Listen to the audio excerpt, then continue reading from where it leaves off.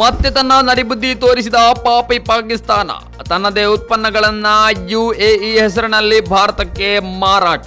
ಮುಂಬೈ ಬಂದರಿನಲ್ಲಿ 9 ಕೋಟಿ ಮೌಲ್ಯದ 39 ಪಾಕಿಸ್ತಾನಿ ಕಂಟೈನರ್ಗಳು ವಶ. ಮತ್ತೆ ತನ್ನ ನರಿಬುದ್ಧಿಯನ್ನು ಉಪಯೋಗಿಸಿ ಭಾರತದ ಮಾರುಕಟ್ಟೆ ಪ್ರವೇಶಿಸಲು ಹೊಂಚಾಕಿದ್ದ ಪಾಪಿ ಪಾಕಿಸ್ತಾನ ಈಗ ಭಾರತದ ಕಂದಾಯ ಗುಪ್ತಚರ ನಿರ್ದೇಶನಾಲಯ ತೋಡಿದ್ದ ಖೆಡ್ಡಾಗೆ ಬಿದ್ದಿದೆ.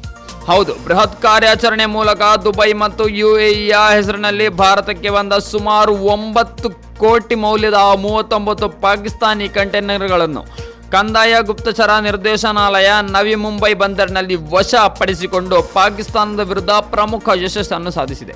ಮೂಲಗಳ ಪ್ರಕಾರ ಪಾಕಿಸ್ತಾನವು ಈ ಕಂಟೈನರ್ಗಳನ್ನು ನೇರವಾಗಿ ಭಾರತಕ್ಕೆ ಕಳುಹಿಸುವ ಬದಲು ದುಬೈ ಮತ್ತು UAE ಮೂಲಕ ರವಾನಿಸಿದೆ. ಆದ್ದರಿಂದ ಮೂಲ ದೇಶ ಅಂದರೆ ಪಾಕಿಸ್ತಾನದ ಗುರುತನ್ನು ಮರೆ ಮಾಡಬಹುದು ಎಂದು ಪಾಕಿಸ್ತಾನ ಅಂದಾಜಿಸಿತ್ತು. ಆದರೆ DRIಗೆ ಸಿಕ್ಕ ಘನ ಇನ್ಪುಟ್ನ ಆಧಾರದ ಮೇಲೆ ತಕ್ಷಣವೇ ಮುಂಬೈ ಬಂದರಿನಲ್ಲಿ ದಾಳಿ ನಡೆಸಿ ಈ ಅನುಮಾನಾಸ್ಪದ ಕಂಟೈನರ್ಗಳನ್ನು ವಶಪಡಿಸಿಕೊಂಡಿದೆ.